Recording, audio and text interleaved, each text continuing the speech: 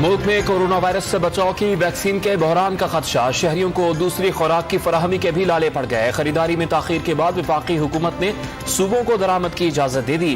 وزیر صحت سندھ عذرا پیچوہو نے 70 سے 80% عوام کی ویکسینیشن ضروری قرار دے دی۔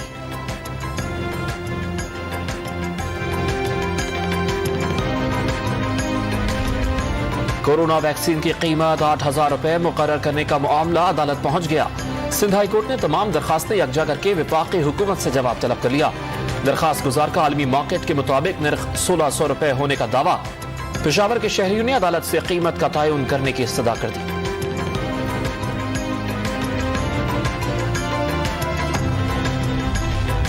کورونا کے خلاف حکومتی پالیسیز ناکام ہو گئی۔ متاثرین کی شرح پچھلے سال کی نسبت 10 گنا بڑھ گئی۔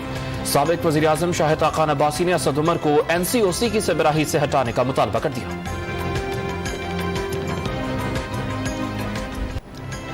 کورونا کی تیسری لہر بے قابو، 9 ماہ بعد ایک ہی روز سب سے زیادہ 100 اموات۔ صرف پنجاب میں 74 مریض انتقال کر گئے۔ 24 گھنٹوں کے دوران 4,000 سے زائد نئے کیسز کی تصدیق۔ سبکدوش مشیر خزانہ عبدالحفیظ شیخ کا کورونا ٹیسٹ بھی مثبت آ گیا۔ کورونا پازیٹیو صدر مملکت عارف الوی کی اہلیہ سمینہ الوی کا ٹیسٹ منفی۔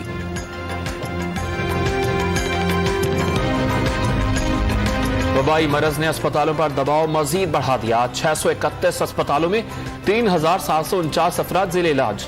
ملتان اور اسلام آباد میں 67%، گجرانوالہ میں 60% وینٹیلیٹرز فل۔ گجرانوالہ، سوات اور پشاور میں 85% آکسیجن بیڈز بھر گئے۔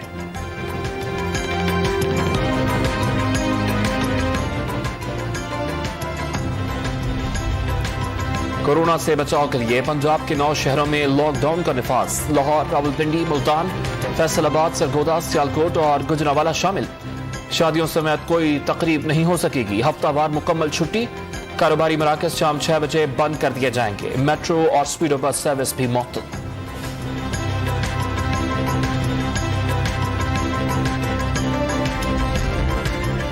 کورونا وائرس سے بے پرواہ شہریوں کا علاج۔ پنجاب بھر میں بغیر ماسک گھومنے پھرنے پر پابندی میں سختی کا اعلان۔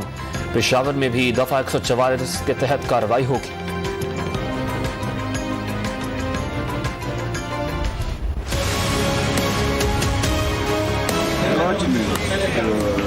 سبزی منڈی میں 17 روپے کلو ٹماٹر مل رہے ہیں۔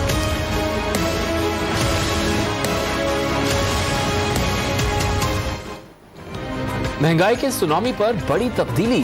حفیظ شیخ کی جگہ وزیر صنعت و پیداوار حماد اظہر کو وزارت خزانہ کا اضافی قلمدان مل گیا۔ معاون خصوصی برائے پیٹرولیم ندیم بابر کی جگہ تابش گوہر نے لے لی۔ نوٹیفیکیشن جاری۔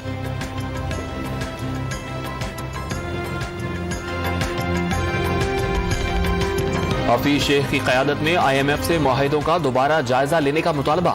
پاکستان پیپلز پارٹی نے حکومتی ترجیحات اور پالیسیز مسائل کی جڑ قرار دے دی۔ حکومت نے ناکامی کا 3 سال بعد اعتراف کیا۔ ترجمان نون لیگ محمد زبیر کی تنقید۔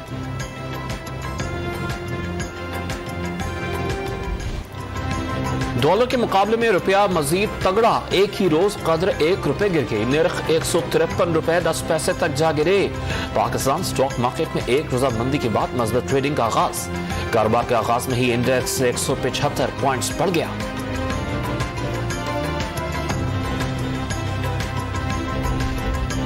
ایشیائی ترقیاتی بینک نے پاکستان کے لیے 30 کروڑ ڈالرز قرض کی اجازت دے دی۔ بالاکوٹ میں دریا کے کنارے 300 megawatt hydro power plant تعمیر کیا جائے گا۔ اپوزیشن لیڈر قومی اسمبلی شہباز شریف کے خلاف آشیانہ ریفرنس میں بینک ریکارڈ پیش نہ کرنے پر احتساب عدالت کی برہمی۔ 2 افسران کو اظہار وجوہ کے نوٹسز جاری۔ منی لانڈرنگ ریفرنس میں نصرت شہباز کو اشتہاری قرار دینے کا فیصلہ کالعدم قرار۔ لاہور ہائی کورٹ نے صحت یابی کے بعد عدالتی کارروائی کا حصہ بننے کی ہدایت کر دی۔ حکومت سے پشاور میں BRT نہیں چلی، اورنج لائن کو سفید ہاتھی قرار دے دیا۔ حکومت کو پتہ ہی نہیں سبسڈی کیسے دی جاتی ہے۔ شہباز شریف کی عدالت میں غیر رسمی گفتگو۔ PDM کے مستقبل پر سوال مسکرا کر ٹال دیا۔ PDM میں انتشار ختم کرنے کے لیے نواز شریف متحرک۔ پارٹی حکمت عملی کے لیے خواجہ اسعد رفیق کی سربراہی میں 10 رکنی کمیٹی بنا دی۔ مریم نواز، حمزہ شہباز، رانا ثناء اللہ، پرویز رشید ارکان میں شامل۔ ایک ہفتے میں سیاسی صورتحال، الیکشن اور تنظیم سازی کی سفارشات کی تیاری کا حکم۔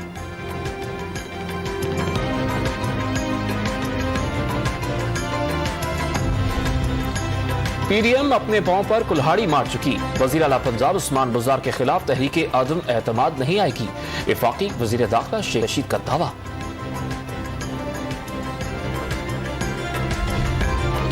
پاکستان تحریک انصاف مبینہ فارن فنڈنگ کیس کی تفصیلات درخواست گزار کو نہ دی جائیں. تحریک انصاف کی ایک بار پھر مخالفت. جواب الیکشن کمیشن آف پاکستان نے جمع کروا دیا. فیصلہ پر وقت ہوتا تو PTI کی موجودہ قیادت نظر نہ آتی. اکبر ایس بابر نے دستاویزات خفیہ رکھنا غیر قانونی قرار دے دیا.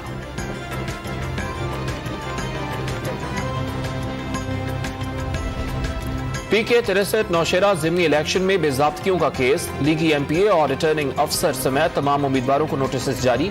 سماعت 5 اپریل تک ملتوی.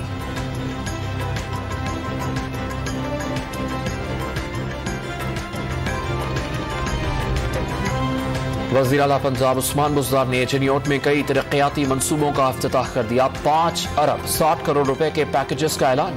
صحت، تعلیم، سڑکوں اور نکاسی آب کے بارے میں 12 بڑے منصوبے مکمل کیے جائیں گے.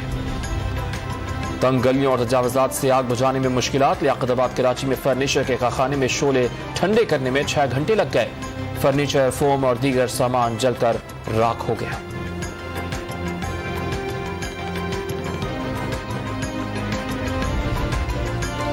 KMC نے کراچی کی سڑکوں سے تمام سائن بورڈز اور ہورڈنگز ہٹانے کا دعویٰ کر دیا. سندھ ہائی کورٹ کا شکوک و شبہات کا اظہار.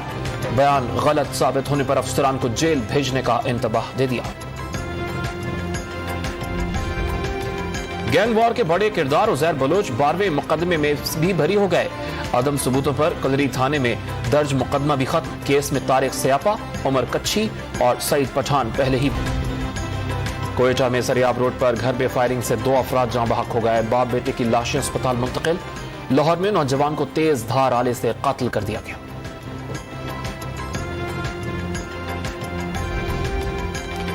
کوئٹہ میں سرکاری ملازمین کا تنخواہوں میں اضافے کے لیے دوسرے روز بھی دھرنا جاری. ریڈ زون جانے والے راستے بند. پشاور میں نرسز کا احتجاج. اسمبلی کی عمارت کے سامنے ڈیرہ جما لیا. وزیر خارجہ شاہ محمود قریشی کو افغانستان میں تشدد کے بڑھتے واقعات پر تشویش. اور امن اور مستحکم افغانستان پاکستان کے مفاد میں قرار دے دیا. دوشنبے میں افغان صدر اشرف غنی سے ملاقات میں افغان امن عمل کے لیے مخلصانہ کاوشیں جاری رکھنے کا عزم. پشاور میں مہنگائی کا جن بے قابو. گھی، چینی، دالیں اور ضرورت کی بنیادی اشیاء 20 سے 40 روپے فی کلو تک مہنگی. عوام کی حکومت سے فریادیں.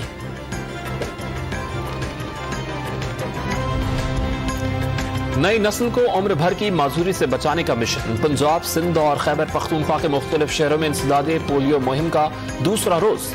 ہزاروں رضاکار گھر گھر ویکسینیشن میں مصروف.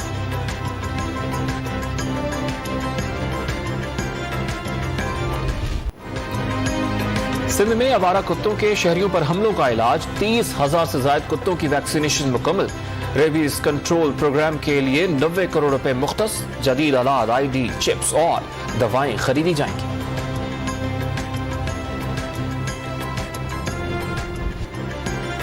جنوبی افریقہ کے خلاف ون ڈے کی نان سٹاپ تیاریاں. ہیڈ کوچ مصباح الحق کی بیٹنگ، بالنگ اور فیلڈنگ پر توجہ. قومی کرکٹ ٹیم آج شام سینچورین میں پھر پریکٹس کرے گی.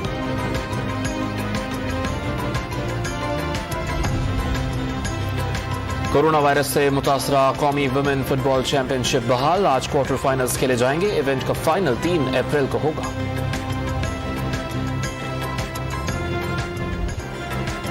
ایک منٹ میں 80 پاؤنڈز وزن کے ساتھ 22 اسکواڈ ٹرسٹ. پاکستان کے عرفان محسود نے 40واں عالمی ریکارڈ توڑ کر Guinness book of world record میں اپنا نام درج کروا لیا.